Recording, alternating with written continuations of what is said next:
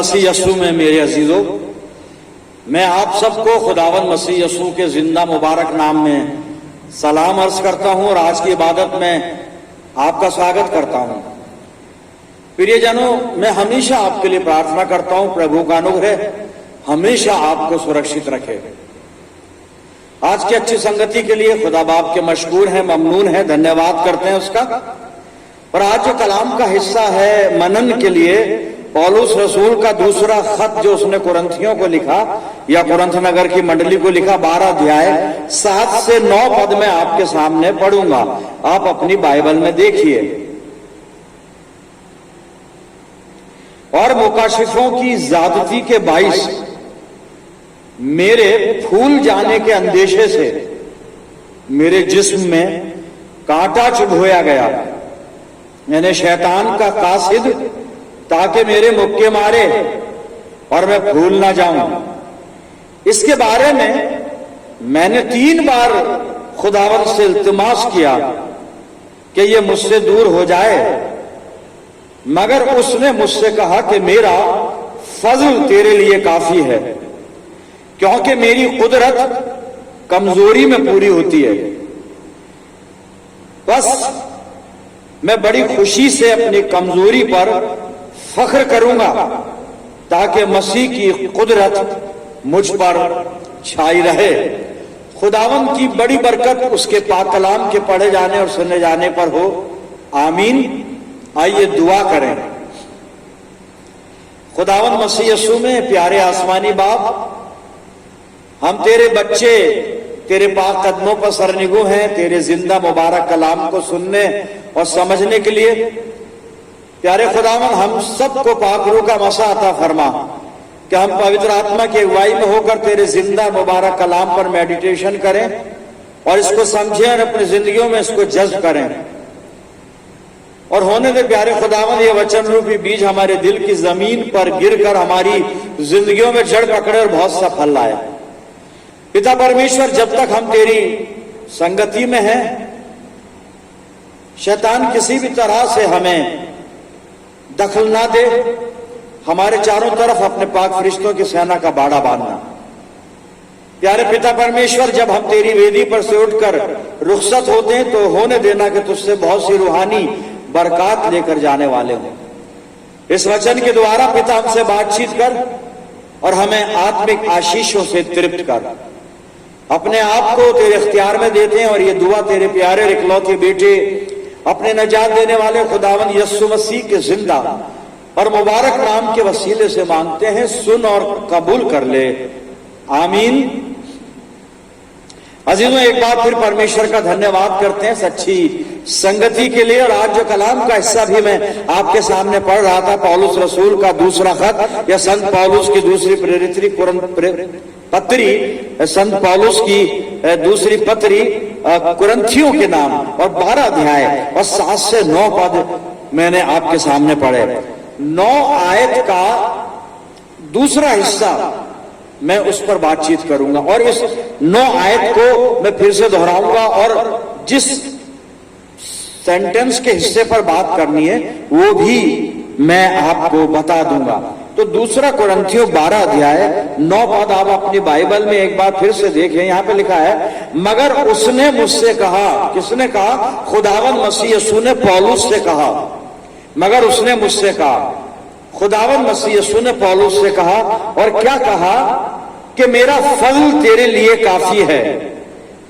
अब दूसरा हिस्सा है, क्योंकि मेरी कुदरत कमजोरी में पूरी होती है। क्योंकि मेरी कुदरत कमजोरी में पूरी होती है। हिंदी में है, मेरी सामर्थ निर्बलता में सिद्ध होती है। ये आयत का हिस्सा मेरे अजीजों जिस पर आज हम बातचीत करेंगे। पौलुस ने 7 आयत से 9 पद के बीच में बताया कि उसको कुछ परेशानी है, कुछ निर्बलता है, कुछ कमजोरियां हैं उसके जीवन में, और उन परेशानियों के बीच में वो खुदावंद मसीह यस्सू से 3 बार दुआ करता है कि उसकी जिंदगी की जो परेशानी है, जो भी मुश्किलात हैं वो दूर हो जाए। लेकिन खुदावंद मसीह यीशु ने उसको जवाब दिया, यहाँ पे 9वें पद में था, मगर उसने मुझसे कहा कि मेरा फजल तेरे लिए काफी है। खुदावंद मसीह यीशु पौलुस की 3 बार की दुआ के जवाब में खुदावंद मसीह यीशु फरमाता है कि मेरा फजल तेरे लिए काफी है, माई grace is sufficient for you. लेकिन हम दूसरे हिस्से पे बातचीत करना चाहते हैं जो लिखा है आगे, क्योंकि मेरी कुदरत कमजोरी में पूरी होती है, मेरी सामर्थ निर्बलता में सिद्ध होती है। इस पे थोड़ी देर हम ध्यान देंगे। पौलुस ने अपनी मुश्किल खुदावंद मसीह यीशु के कदमों पे रखी, अपनी परेशानी, जो कुछ उसकी कमजोरी तो उसने मसीह यीशु को बताई और दुआ की, खुदा बाप ये कांटा जो मेरे चुभा हुआ है, शैतान का दूध जो मेरे मुक्के मारता है और जो कांटा चुभा हुआ है इसको निकाल दे। 3 बार दुआ की, लेकिन खुदावंद मसीह यीशु ने फरमाया कि मेरा फल तेरे लिए काफी है, तेरी निर्बलता, तेरी कमजोरी, तेरी परेशानी दूर नहीं होगी, लेकिन उसके बरक्स, उसके विपरीत बात यह होगी कि मेरा अनुग्रह तुझे संभालेगा और तेरी कमजोरी में फिर मेरी सामर्थ्य सिद्ध होगी और तू अपनी परेशानी में, निर्बलता में, अपनी कमजोरी में मेरी कुदरत को देखेगा, मेरी सामर्थ्य का अनुभव करेगा, जो मेरी पावर है उसका एक्सपीरियंस करेगा। और ये 9वीं आयत का दूसरा हिस्सा मेरे अजीजों, यहां पर पॉल ने क्रिश्चियन लाइफ का एक सीक्रेट शेयर किया है हमारे साथ इस खत के द्वारा और इस पद के द्वारा। क्रिश्चियन लाइफ का एक सीक्रेट है और वो सीक्रेट ये पता चला कि पौलुस ने जो तजुर्बा किया, अनुभव किया, पौलुस बताता है कि मैं मरकर प्रभु यीशु मसीह के लिए जीवित हूं और उसकी कमजोरी जो है, प्रभु यीशु मसीह की सामर्थ जो है वो मेरी कमजोरी में काम करती है। और मेरी कमजोरी, पौलुस कह रहा है, मेरी कमजोरी प्रभु यीशु मसीह की महिमा का कारण है। पौलुस ने इस क्रिश्चियन लाइफ के सीक्रेट को यहां पर बताया कि प्रभु यीशु मसीह की सामर्थ हमारी निर्बलता में काम करती है। हम अपनी निर्बलताओं में, अपनी कमजोरियों में पढ़कर, जाकर उसके बाद प्रभु यीशु मसीह की सामर्थ का एक्सपीरियंस करते हैं। अगर आपको खुदावंद मसीह यीशु की कुदरत को समझना है, पावर को समझना है, उसकी सामर्थ को समझना है, तो आपको जिंदगी की कमजोरियों से, संकटों से, परेशानियों से दो चार होना पड़ेगा मेरे अजीजों। ये क्रिश्चियन लाइफ का सीक्रेट है और पौलुस यही बता रहा है कि जो मेरी निर्बलताएं, मेरी कमजोरियां हैं, वो प्रभु यीशु मसीह की महिमा का कारण है। क्योंकि जब मैं निर्बल होता हूं, कमजोर होता हूं, तो प्रभु यीशु मसीह की सामर्थ मेरे जीवन में कार्य करती है। हम अक्सर निर्बलता को पसंद नहीं करते। हम नहीं चाहते कि हमारे जिस्म में कोई कमजोरी आए, हमारी जिंदगी में कोई परेशानी आए, कोई संकट आए। हम नहीं चाहते मेरे जीवन। लेकिन पौलुस ने जब अपनी कमजोरी, निर्बलता के लिए प्रभु यीशु मसीह से दुआ की, 3 बार दुआ की, तो उसको अपनी कमजोरियों से, निर्बलताओं से छुटकारा नहीं मिला, बल्कि जवाब ये मिला।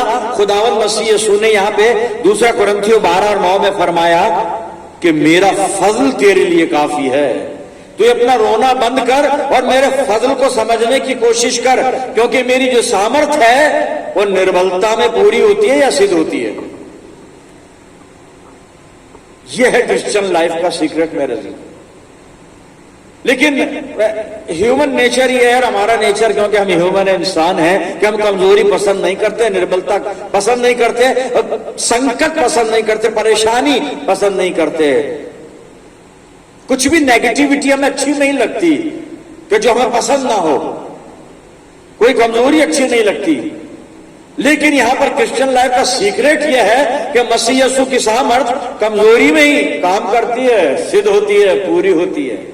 अगर प्रभु यीशु मसीह की सामर्थ को समझना है, जानना है, तो कमजोरी में, संकट में, परेशानी में, मुसीबत में जाना पड़ेगा। और फिर देखिए प्रभु यीशु मसीह की सामर्थ आपके जीवन में क्या करती है। लेकिन उससे पहले कि आगे बढ़े, पौलुस की जो कांटा चुभा हुआ था वो क्या था, उसकी मुश्किल परेशानी क्या थी। मेरे अजीजों में हवाला पढ़ूंगा, रोमियो की पत्री, ये भी पौलुस ने लिखी है, और 7 अध्याय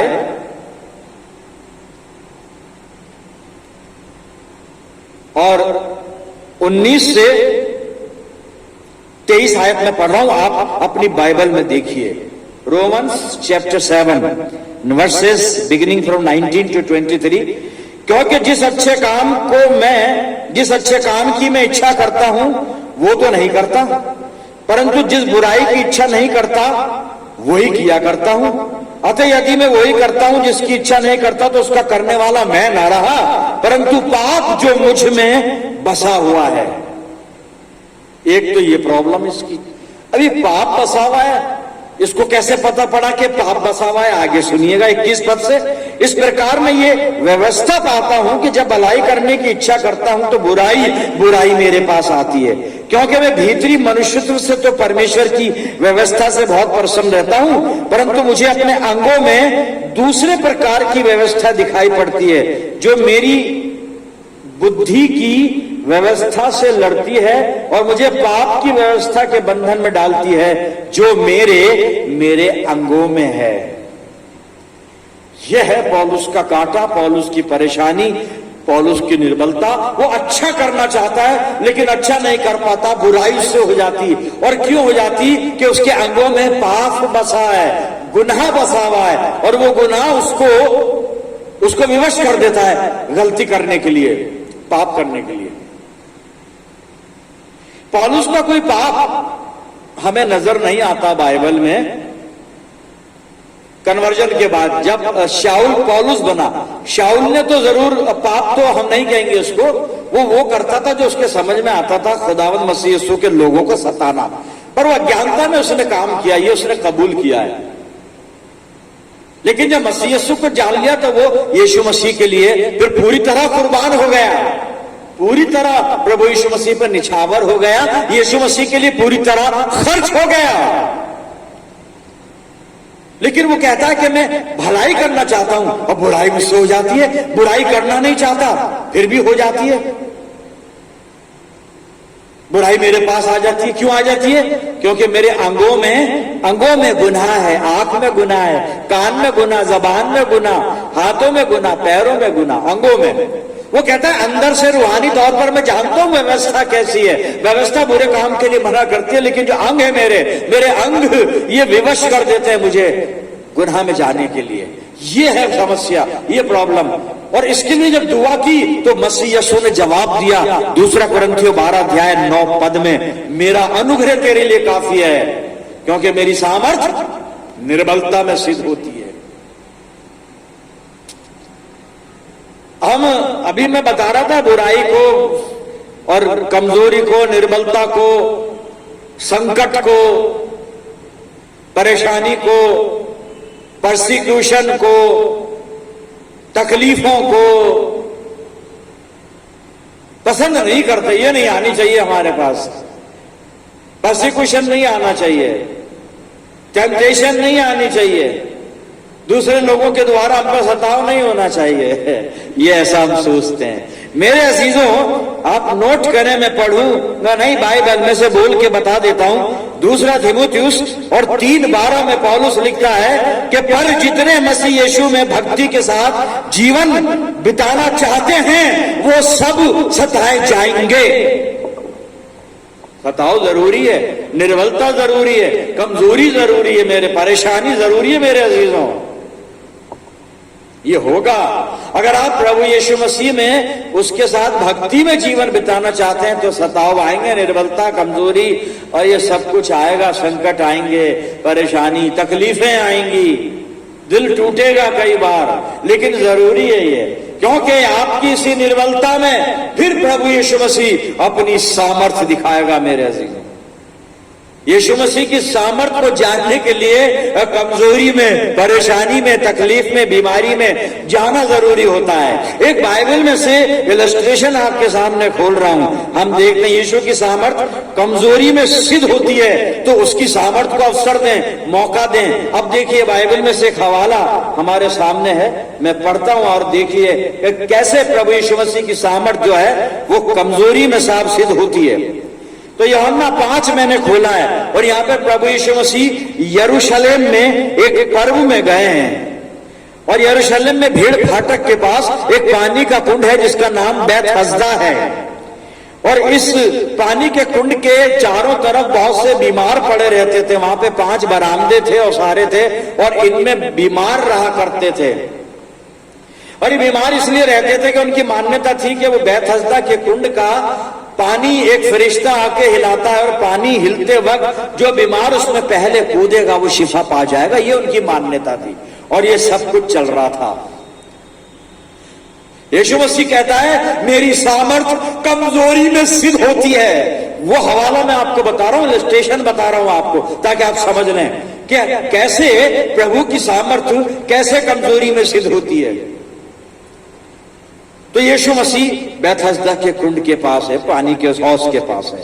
अब मैं पढ़ रहा हूं मेरे अजीजों, यूहन्ना 5, यूहन्ना की इंजील और 5 अध्याय 5 से 9 पद। आप सुनिए, मैं धीरे धीरे करके पढ़ूंगा, समझते जाएंगे हम इसको। और 5 पद में लिखा है, वहां एक मनुष्य था जो 38 वर्ष से बीमारी में पड़ा था।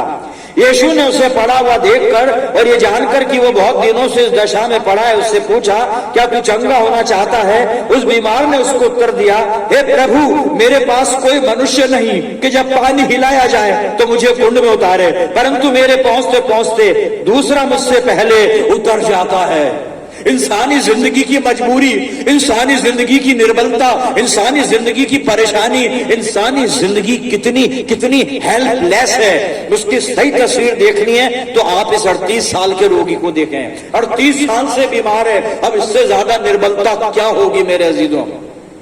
लेकिन प्रभु यीशु मसीह दावा कर रहा है कि मेरी सामर्थ निर्बलता में सिद्ध होती है। 38 साल का एक बीमार, 38 साल का बीमार, 38 वर्ष किसको कहते हैं साहब? 38 वर्ष कोई बीमारी सह नहीं सकता, मौत की दुआ मांगेगा, वो परेशान हो जाएगा या खुदकुशी कर लेगा, अपनी बीमारी से घबराकर कर लेते हैं। लेकिन ये व्यक्ति पड़ा है, इसने कमजोरी का, निर्बलता का, बीमारी का 38 साल अनुभव किया है। और अब इसकी मजबूरी एक और है कि इसके पास कोई आदमी नहीं है कि जब कुंड का पानी हिलाया जाए तो इसको वहां तक ले जाए, क्योंकि ये खुद से नहीं जा सकता। ये और निर्बलता देखिए इसकी, 38 साल की बीमारी के बाद, और जिस्म ऐसा हो गया है अब हिल भी नहीं सकता, और घिसट घिसट के जा भी नहीं सकता, चलना तो दूर की बात है। और इसके पास कोई आदमी है नहीं, कोई रिश्तेदार नहीं है, कोई दोस्त नहीं है, कोई पड़ोसी नहीं है भाई जो इसको पानी के हिलते समय उठाकर पानी में उतार दे। ये मजबूरी है, वो बीमारी तो है ही, निर्बलता तो है ही, हेल्पलेसनेस जिसको कहेंगे वो तो है ही, लेकिन कोई पुरसिश हाल नहीं, कोई इसका सहारा नहीं, कोई अपना नहीं मेरे अजीजों। और ऐसे वक्त में जब इसका कोई अपना इसके पास नहीं, मेरा और आपका खुदावंद मसीह यीशु इसके पास जाके पूछता है, क्या तू अच्छा होना चाहता है? जब आप परेशान, बीमार, तकलीफ में हो जाएंगे ना, सब छोड़ देंगे आपको। जब ये चारों तरफ आपके पास खड़े रहते हैं, आपके साथ जो खाना खाते हैं, आपका जो हालचाल पूछते हैं, आपके घर आते हैं, आप उनके घर जाते हो, जब कोई तकलीफ आएगी, परेशानी आएगी, सब छोड़ के चले जाएंगे मेरे जीनों। लेकिन याद रखना, आपका प्रभु यीशु मसीह कभी नहीं छोड़ेगा, वो हमेशा अवेलेबल है साहब। पहुंच गया यहाँ पे कमजोर आदमी के पास, अकेले आदमी के पास, हेल्पलेस आदमी के पास, मजबूर आदमी के पास, बीमार आदमी के पास यीशु मसीह पहुंच गया साहब। उसने जवाब दिया, मेरे पास कोई आदमी नहीं मुझे पानी तक ले जाए, कोई नहीं है मेरे पास। और कहता कि जब तक मैं पहुंचता हूं दूसरा चला जाता है। मेरे अजीजों, आगे मैं पढ़ रहा हूं, 8वें पद में सुनिए, यीशु ने उससे कहा, उठ, अपनी गांठ उठा और चल फिर। अरे कैसे अजीब बात कर रहे हो प्रभु यीशु मसीह, ये बेचारा चल भी नहीं पा रहा है, ये बेचारा घिसट घिसट के भी नहीं चल पा रहा है, ये उठेगा कैसे? और उठने के बाद दूसरा काम बता रहे हैं, अपनी चरपाई उठा। कैसे उठाएगा? ये खुद को नहीं उठा सकता, ये खुद से नहीं उठ सकता, ये अपने आप खड़ा नहीं हो सकता, चरपाई कैसे उठाएगा? क्या कह दिया आपने मेरे यीशु मसीह को? उठ और अपनी चरपाई उठा और चल फिर। इस आदमी ने साहब प्रभु यीशु मसीह की बात मान ली, यीशु मसीह का कहना मान लिया। भाई यहां से क्रिश्चियन लाइफ शुरू होती है। प्रभु तू कह रहा है जो हो करूंगा, मैं नहीं कर सकता करूंगा, कर नहीं पा रहा था लेकिन करूंगा, कर नहीं पा रहा हूं लेकिन करूंगा जो तू कह रहा है यीशु मसीह, करूंगा।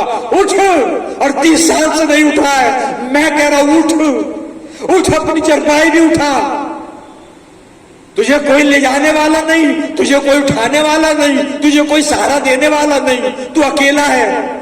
मैं तेरे साथ हूं और मेरी सामर्थ्य, उठ उठ और अपनी चरपाई उठा मेरे अजीजों। और आगे लिखा है 9वें पद में, वो मनुष्य तुरंत चंगा हो गया और अपनी खाट उठाकर चलने फिरने लगा, चलने फिरने लगा।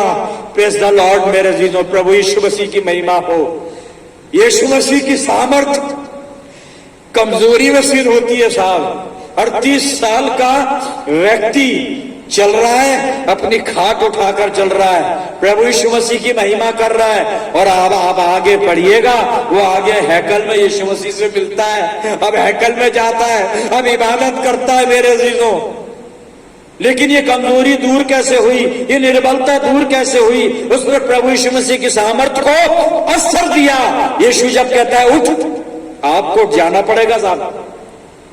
यीशु जब कहता है चल, तो आपको चलना पड़ेगा।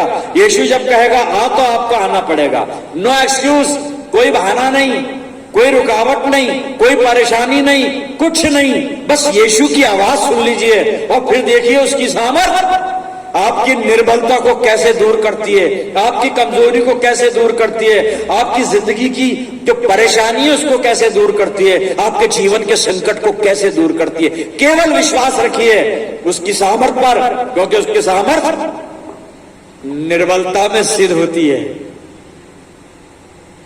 उसकी कुदरत कमजोरी में पूरी होती है मेरे अजीजों। क्रिश्चियन लाइफ का सीक्रेट है ये। दाऊद ने भी इसको एक्सपीरियंस किया था। मैं पढ़ रहा हूं, दाऊद ने भजन संहिता 30 और 1 से 3 पद सुनिए। दाऊद ने यह तजुर्बा किया था, लेकिन उसने परमेश्वर के साथ यह तजुर्बा किया था। भजन संहिता 30 1 पद से 3 पद। हे यहोवा, मैं तुझे सराहूंगा क्योंकि तूने मुझे खींच कर निकाला है। कहीं ये फंसा हुआ था, किसी मुसीबत में था, डिप्रेशन में था, खुदा बाप ने निकाल लिया। कहता मैं सराहूंगा तुझे, I will praise you my God, क्योंकि तूने मुझे खींचकर निकाला है और मेरे शत्रुओं को मुझ पर आनंद करने नहीं दिया। हे मेरे परमेश्वर यहोवा, मैंने तेरी दुहाई दी और तूने मुझे चंगा किया है। ये साहब दुहाई कब दी दाऊद ने? कमजोर था, निर्बलता तब। उस निर्बलता में क्या हुआ? परमेश्वर की सामर्थ सिद्ध हो गई, उसके जीवन में पूरी हो गई। कहता तूने मुझे चंगा किया है। 3रा पद पढ़ रहा हूं, हे यहोवा, तूने मेरा प्राण अधोलोक में से निकाला है, तूने मुझको जीवित रखा और कब्र में पड़ने से बचाया है। उसकी सामर्थ, पिता की सामर्थ, पुत्र की सामर्थ। और यूहन्ना की इंजील में यीशु मसीह कहता है कि अब बाप काम नहीं करता। दाऊद के वक्त में बाप काम कर रहा था, अब यीशु मसीह कहता है कि अब बाप, पिता नहीं, सारा काम बेटा करता है। बाप ने बेटे को हक दे दिया, बेटा तू सारा काम कर। तो यही होता है, यही होता है साहब, ऐसा ही होता है। अब मैं बुजुर्ग हूं तो मेरे घर का सारा काम मेरा बेटा करता है, वो करेगा, बेटा है इसलिए।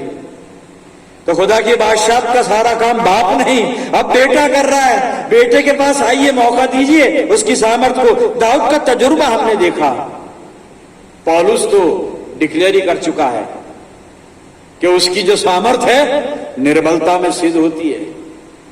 और इसके लिए एक काम करने के लिए हम तैयार हो जाएं। आखिरी पद में पढ़ूंगा वहीं से, 2 कुरिन्थियों 12 अध्याय और 10 आयत। अब पौलुस क्या लिख रहा है आप अपनी बाइबल में देखें। इसलिए मैं मसीह की खातिर कमजोरी में, बेइज्जती में, एहतियाज में, सताए जाने में, तंगी में खुश हूं। हर गम में खुश हूं, पौलुस कह रहा है। हर मुसीबत में खुश हूं, भूख में, प्यास में, गरीबी में, मोहताजी में खुश हूं, नाउमीदी में खुश हूं, संकटों में खुश हूं, तकलीफों में, परेशानियों में खुश हूं। आगे लिखा है क्योंकि जब मैं कमजोर होता हूं उसी वक्त जोरावर होता हूं। क्यों? क्योंकि उसकी सामर्थ्य, यीशु मसीह की सामर्थ्य कमजोरी में सिद्ध होती है। मेरे अजीजों, प्रभु यीशु मसीह की सामर्थ्य का तजुर्बा कीजिए, एक्सपीरियंस कीजिए। पिता परमेश्वर आप पे करम फरमाए, खुदावन मसीह यीशु की कुदरत आपकी जिंदगी में पूरी हो मेरे अजीजों, और आप यीशु मसीह के लिए एक अच्छे गवाह बन सकें। दूसरों को जो कमजोर हैं, निर्बल हैं, आप उनको भी प्रभु यीशु मसीह की सामर्थ्य का तजुर्बा करवा सकें। ये मेरी दुआ है आपके लिए। खुदा का करम आप पे बना रहे। आइए प्रार्थना करें। खुदावन मसीह यीशु में प्यारे आसमानी बाप, तेरा धन्यवाद करते हैं जीवित वचन के लिए जो तूने प्यारे खुदावन हमको दिया। कलाम ने हमें एक बार फिर इस बात से आगाह किया कि हमारे खुदावन मसीह यीशु की मोहब्बत बेइंतहा है और उसकी कुदरत हमारी हर एक कमजोरी को दूर करती है, हमारी हर एक फिक्र और चिंता परेशानी को दूर करती है, तकलीफ को दूर करती है। प्रभु जी, हम तेरे शुक्रगुजार हैं कि तेरे इकलौते बेटे की कुदरत हमेशा हमें संभालती है। प्यारे खुदा बाप, होने देना ये वचन हमारी जिंदगियों में जड़ पकड़े। पिता परमेश्वर, हमारे ईमानों को मजबूत करना। मैं इस वक्त दुआ करता हूं जितने मेरे साथ इस प्रार्थना में, इन सब अजीजों पर तेरी शफकत, रहमत और बरकत का साया हमेशा बना रहे। प्यारे खुदा बाप, हम सब मिलकर पूरे आलम के लिए दुआएं खैर करते हैं, अपनी जिंदगियों को तेरे हवाले करते हैं। बाप, होने दे हमारे जीवन से हमारे यीशु मसीह को महिमा मिले। सब कुछ तुझे सौंपते हैं प्रभु, और ये दुआ तेरे प्यारे इकलौते बेटे अपने उद्धार करता खुदावन यीशु मसीह के जिंदा और मुबारक नाम के वसीले से मांगते हैं। सुन और कबूल कर ले, आमीन। अब हमारे प्रभु यीशु मसीह का अनुग्रह, पिता परमेश्वर का प्रेम, पवित्र आत्मा की सहभागिता हम में से हर एक के साथ, तमाम ईमानदारों के साथ, हमारी सब कलीसियाओं के साथ अब से लेकर हमेशा तक होती रहे, आमीन।